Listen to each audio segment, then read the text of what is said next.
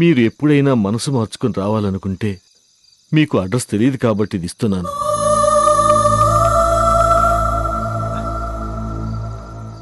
నా చెల్లెలికి నువ్వేమడిగినా ఇస్తానమ్మా అని చెప్పేవాడిని.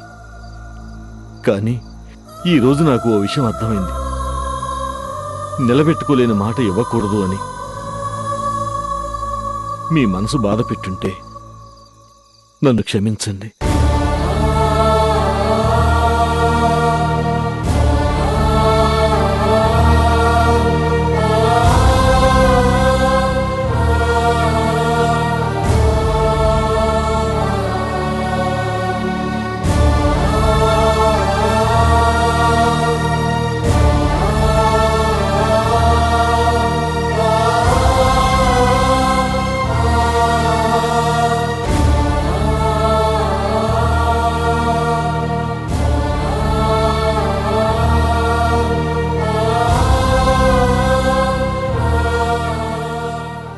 ఏంటండి ఎలా ఉన్నారు? అతను ఏమైనా ఇబ్బంది పెట్టాడా?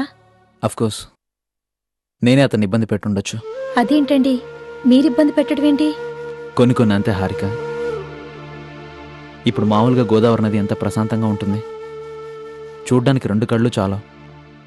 అదే గోదావరి ఒక్కొక్కసారి విరుచుకు పడుతుంది. అప్పటి వరకు తనను చూసి ఆనందించిన మనుషుల్ని, ఆస్తుల్ని ధ్వంసం చేస్తుంది. అలా చేయడం దానికి ఇష్టం ఉండదు. అలాగని ఎప్పటికీ మామూలుగా ఉండిపోవడం దాని చేతుల్లో లేదు. అదే విధి. ఈ సమస్య అంతే.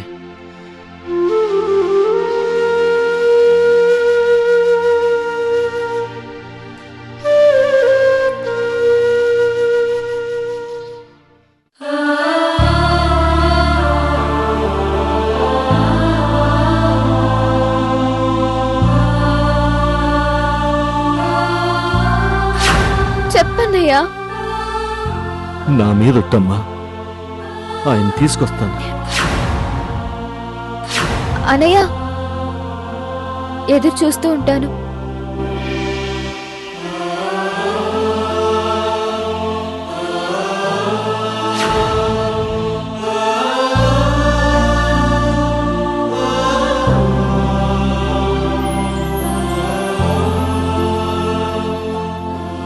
ఇంకేదైనా చేయగలను కానీ ఇలా భర్తగా నటించడం మాత్రం నా వల్ల కాదు.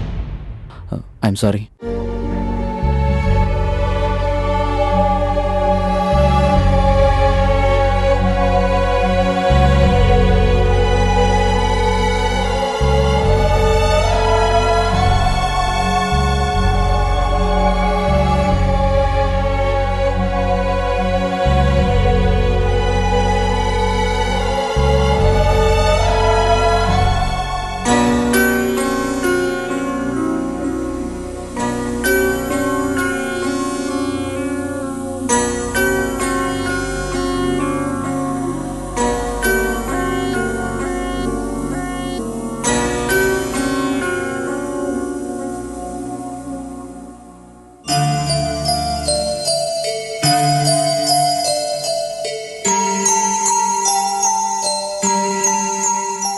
సరస్వతి, సరస్వతి, సరస్వతి.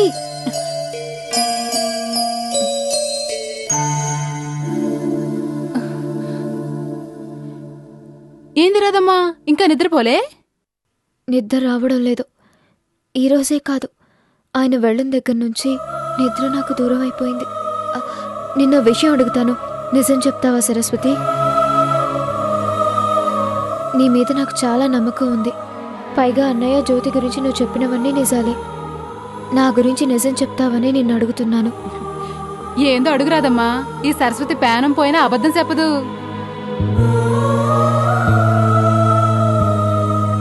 నా చెయ్యి బాగా చూడు. అరే ఇంటికి రాగానే చూసినా కదా. మళ్ళీ ఒకసారి చూడు.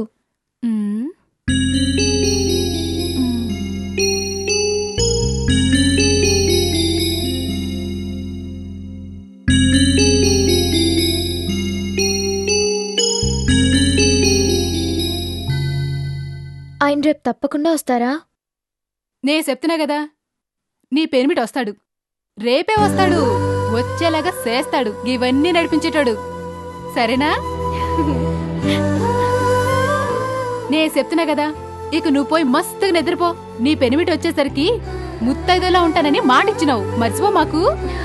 ఈ విషయం కూడా నువ్వు చెప్పావంటే ఆయన తప్పకుండా వచ్చేస్తారు. గదేంద్రదమ్మా మేడ పైకిపోతున్నావు? నీ పెనిమిడి వస్తాడని చెప్పినా కదా, గైనా నిద్ర రావట్లే? ఇప్పటి వరకు ఆయన రాలేదన్న బాధతో నిద్ర రాలేదు. ఇప్పుడు ఆయన వస్తారనే సంతోషంతో నిద్ర రావడం లేదు. పాపం పాగలది. వచ్చే టైం అయితే గాడున్నా ఎత్తుకుంటా వస్తాడు.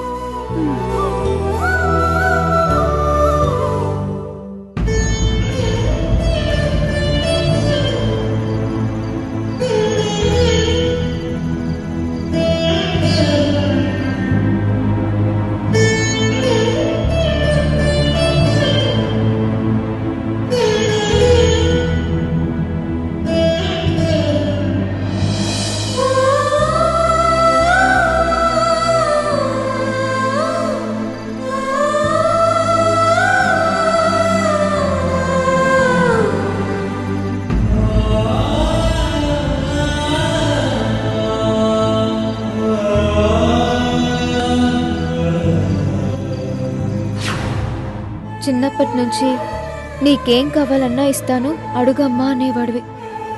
ఇప్పుడు అడుగుతున్నాను, మా ఆయన్ని తీసుకురా అన్నయ్య.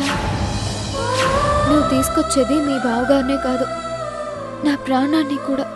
ఇన్ని రోజులు ఆయన రాలేదని బాధగా ఉండేది, కానీ పొద్దుటి నుంచి ఆయన రాడేమో అని భయం వేస్తోందన్నయ్య.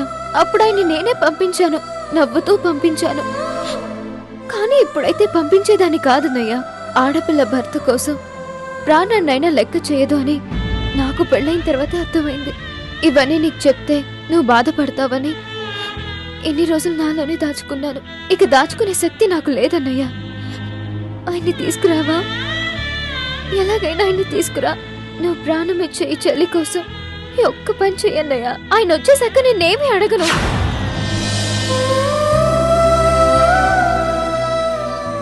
చిన్నప్పుడు ఆకాశాన్ని చూపించి మబ్బులు కావాలి పట్టుకోవాలని గోల చేసేదానివి. ఇప్పుడు అలాగే చేస్తున్నావమ్మా. అప్పుడు ఎలాగో ఇవ్వలేదుగా, చిన్నపిల్లని కాబట్టి మాయ చేశావు. ఇప్పుడైనా ఆయన్ని తీసుకురావా? అలా కాదు, నా మీద ఒట్టేసి తీసుకొస్తానని చెప్పు. చెప్పన్నయ్యా. నా మీద ఒట్టమ్మా, ఆయన తీసుకొస్తాను. అనయ్య, ఎదురు చూస్తూ ఉంటాను. అది వాళ్ళ ఆయన వచ్చే వరకు నిద్రపోతూ ఇప్పుడు రాలేదని తెలిస్తే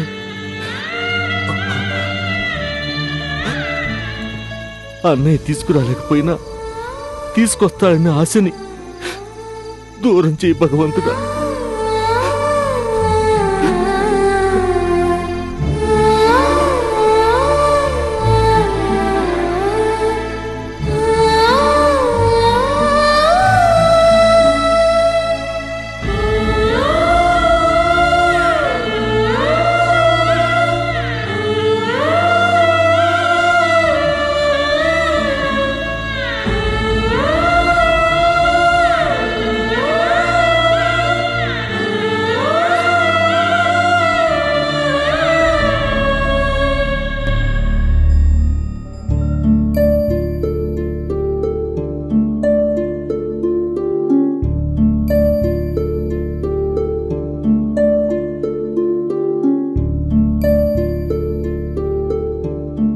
సరస్వతి, మళ్ళీ ఏం డౌట్ వచ్చింది రాదమ్మా? ఇంకా నిద్రపోలే?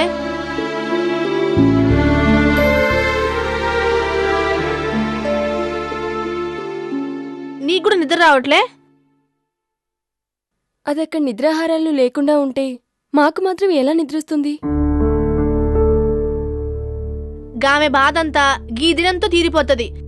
రేపటి సంధి కుసీగా ఉంటది. అదే నాకు అర్థం కావడం లేదు. జరిగిందంతా నీకు తెలుసు. ఆమె భర్త రాలేడు. ఆమె భర్తలో ఉన్న కిషోర్ గారు రాను అని తేల్చి చెప్పేశారు. ఇక దానికి సంతోషం ఎక్కడి నుంచి వస్తుంది? యాడ్నుంచి వస్తుందో ఎలా వస్తుందో తెలియదు. గా పోరి చేతుల్లో సంతోషం కనిపిస్తుంది. గవి దేవుడు గీసిన గీతలు. గామికి సంతోషాన్నిచ్చి లాగేసింది దేవుడే. గామె భర్తలా ఉన్న ఇంకో వ్యక్తిని పుట్టించింది గా దేవుడే. ఇన్ని చేసిన ఆ దేవుడు గా పోరికి సంతోషాన్ని తప్పకుండా ఇస్తాడు. గిది సత్యం. సరస్వతి, మామూలుగా నేను జాతకాలను నమ్మను, కానీ నువ్వు చెప్పినవన్నీ నిజాలే. ఇప్పుడు చెప్పింది నిజం కావాలని నాకు ఉంది. కానీ అది అబద్ధమైతే రాధ తట్టుకోలేదు. అది నువ్వు చెప్పిన మాట మీద కొండంత ఆశ పెట్టుకొనుంది. ఇన్ని సమస్యలకి కారణం రాధకు మేము చెప్పిన అబద్ధాలే. ఇంకా చెప్పుకుంటూ పోతే చివరికి ఏం జరుగుతుందో. డాక్టర్ బాబు రాను అని చెప్పేశాక ఇక రాధకు నయమయ్యే అవకాశమే లేదు. దీనికి పరిష్కారం వెంటనే చూపాలి.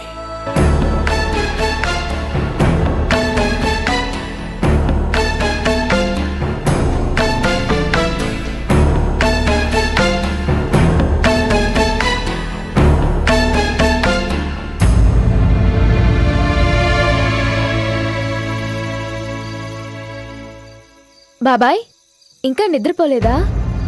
ప్రశాంతంగా నిద్రపోయి చాలా కాలం అయిందమ్మా. ఏమైంది బాబాయ్? బాబాయ్, చిన్నప్పటి నుంచి మీరు నన్ను ఎలా చూసుకున్నారో నాకు తెలుసు. కానీ నేనే అనవసరంగా అందరిలో దురుసుగా ప్రవర్తించాను. నన్ను తప్పుగా అనుకోకండి బాబాయ్. ఆయన్ని వదిలి ఉండలేకపోతున్నాను బాబాయ్. దగ్గర లేరు అనే నిజం కన్నా దూరం అయిపోతారేమో అన్న భయం నన్ను ఎక్కువ బాధ పెడుతుంది బాబాయ్.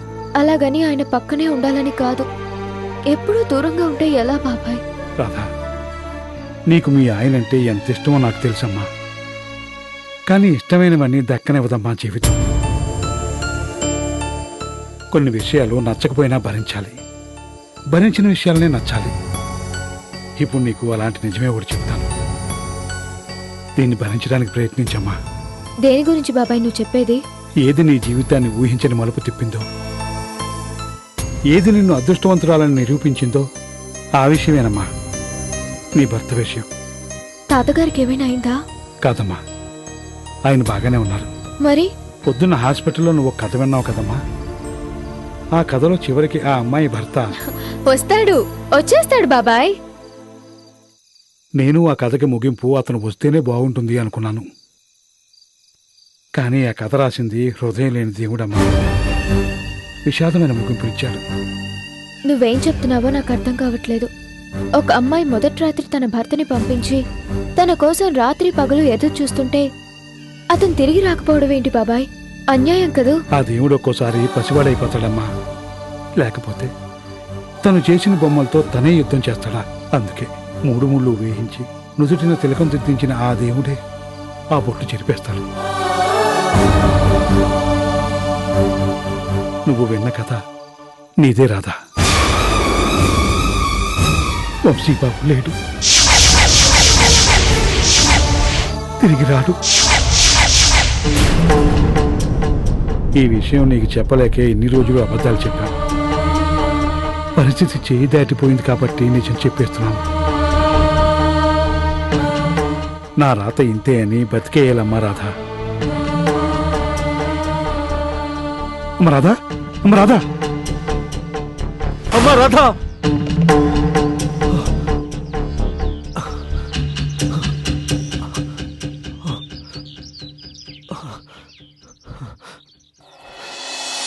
ఆ నిజం దానికి తెలిస్తే ప్రాణాలతో ఉండదు. అలా జరగకూడదు. డాక్టర్ బాబుని ఎలాగైనా ఒప్పించాలి. జ్యోతి, బొంబాయి నుంచి పొద్దున్న ఎన్ని గంటలకు విమానాలున్నాయి? ఉన్నాయి కానీ అక్కడ భారీ వర్షాలు కదే, తగ్గే వరకు ఏం చెప్పలేం. తగ్గిపోయాయని పేపర్లో రాశారే. మళ్ళీ రైళ్లు విమానాలు మామూలుగా నడుస్తున్నాయట. విమానం ఎన్ని గంటలకే?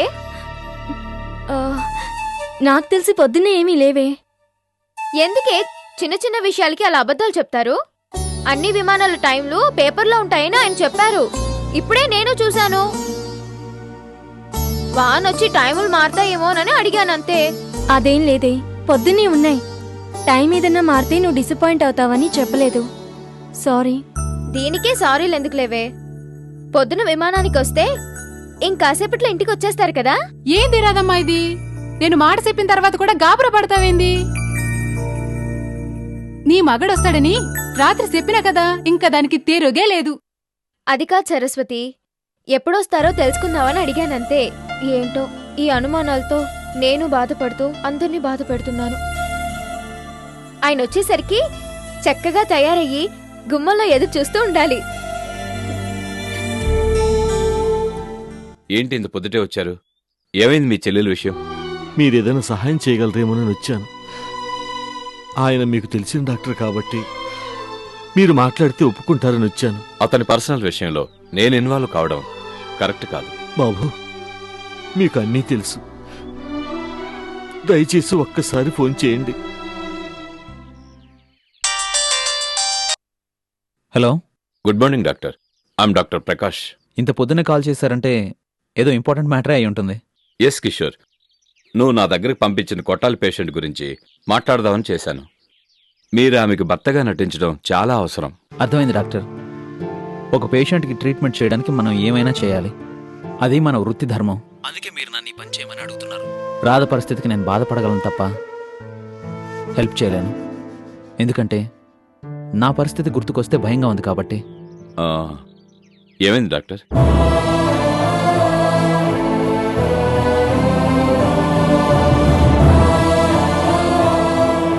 అందుకే ఈ పని చేయడం నా వల్ల కాదని చెప్పాను.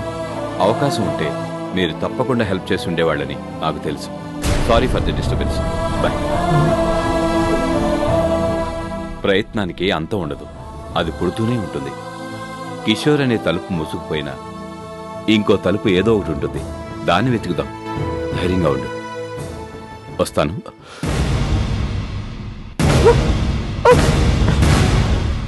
సో సత్యం కాళ్ళవేళ పడినా, ఇంటి ముందు జాగారం చేసినా, సాటి డాక్టర్ సలహా ఇచ్చినా కిషోర్ మాత్రం పరస్త్రీ పాము వంటిది, నేను భర్తలా నటిస్తే అది నా కాపురాన్నే కాటేస్తుందని మిత్రలాభంలో విష్ణు శర్మల బోధ చేశాడంటావు, అంతేనా? నాగరాజు, అన్నీ నువ్వు అనుకున్నట్టే జరిగాయి. చివర్లో అసలు విషయం తేడా వచ్చిందని చెప్తే నువ్వు సీరియస్గా తీసుకోవేంటి? ప్రతి పనిని కొంతకాలం చేస్తే ఎక్స్పీరియన్స్ వస్తుంది. ఎగ్జాంపుల్ నేనే. ఆ ఎక్స్పీరియన్స్తో నీకు విషయం చెప్పనా? నీకు నచ్చింది కదా అని గ్యాలానికి లడ్డు తగిలించకూడదు. చేపకిష్టమైన వానపావునే తగిలించాలి. అప్పుడే చేప గ్యాలానికి పడుతుంది.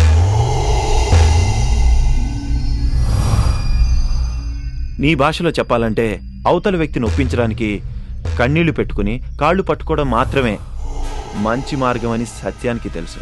కానీ మనకి చాలా తెలుసు. కానీ వాడికి డబ్బు మీద ఆశ లేదని, ప్రాణం మీద తీపి లేదని గతంలో చాలాసార్లు రుజువు చేశాడని ఎంక్వైరీలో తెలిసింది.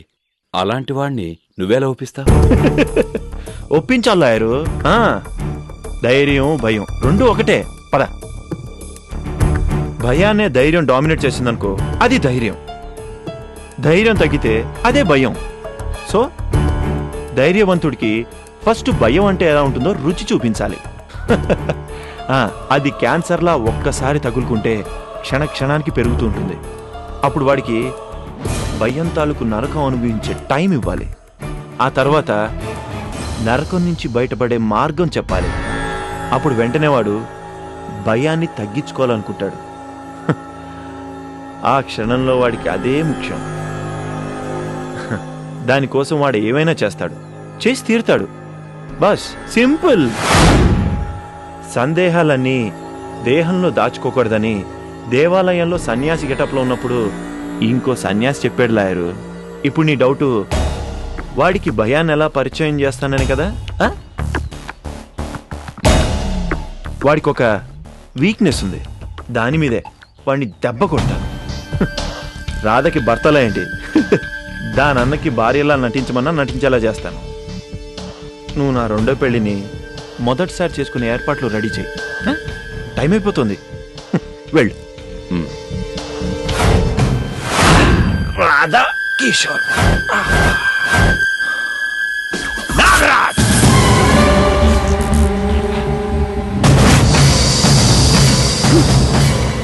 నాగరాజ్